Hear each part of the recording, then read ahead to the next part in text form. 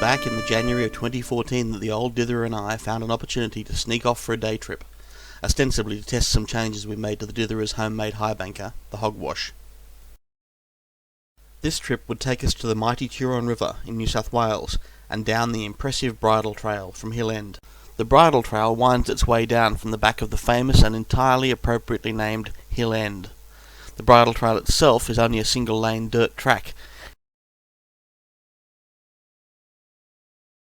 Alertness was kinda key to this descent.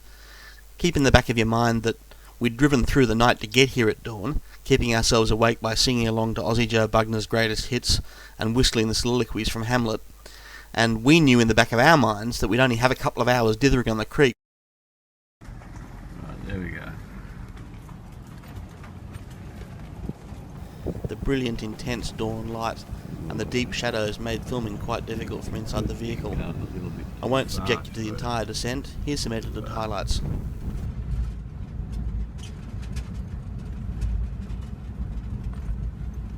The tiny little one. Is that Skip? There's more of them. Look at that. There's all these windrows up here. What's happening? We'd arrived at the top of the Bridal Trail right on dawn. The light was streaming in and the wildlife was everywhere.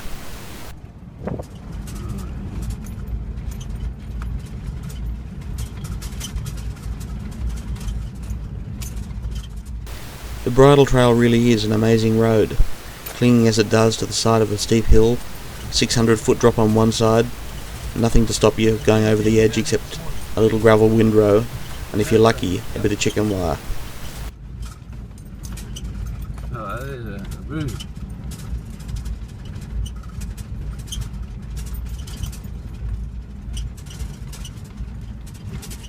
Hey, that was this morning. I can tell by how, fairly fresh track. how well formed the tracks are despite the rain. Yeah. Out and goats. Big long horns on them. Don't be tempted to read too much into that comment. Everybody has their insecurities. Between wombats, wallabies, potoroos, kangaroos, echidnas, we saw a fair bit of wildlife this morning. Pigs up and down there. We're down here last.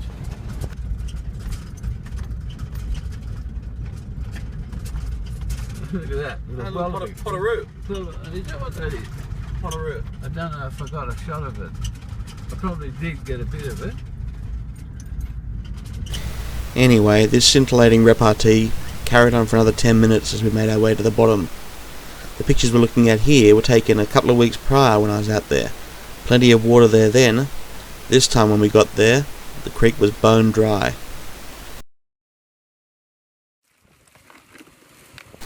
The Ditherer and I were on this day trip to test out some new modifications he'd made to the Hogwash.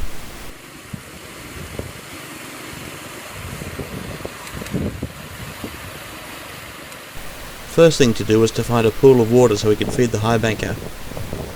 After we got that set up and the water running, it was time to start dithering. While the ditherer was doing this, I panned around a few areas, found a few specks of gold, dug up a couple of buckets of material, something for us to practice on.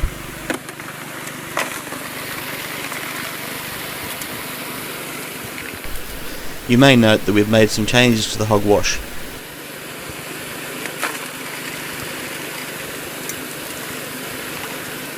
The grizzly bars have been replaced with some plastic box drain with metal floor grating on top.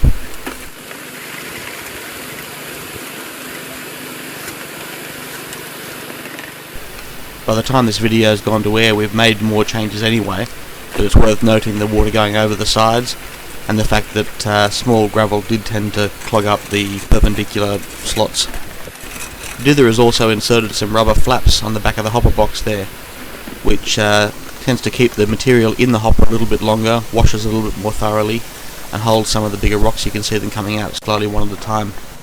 In this configuration we do get some of the advantages of Wohl's forward-facing classifier deck.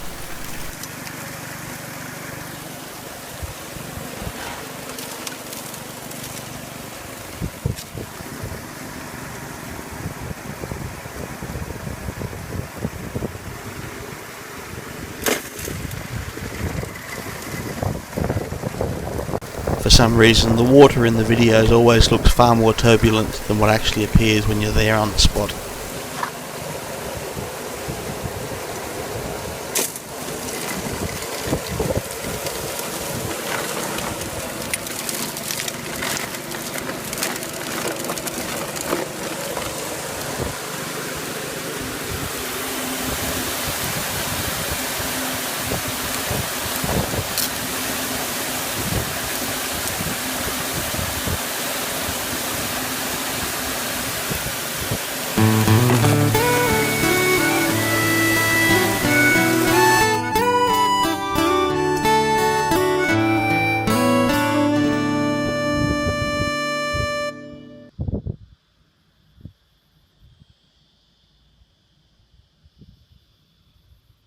Well, there wasn't a lot to see. We'd only been running for 15 minutes, so not a lot was to be expected.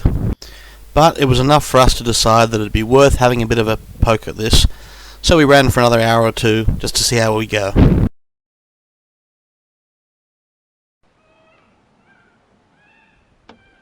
Please subscribe to our Ditherer and Son YouTube channel. It'll encourage me to finish editing our Safala gold prospecting trip and our sapphire trip to Glen Innes. Ditherer and Son proudly support Prospecting Australia.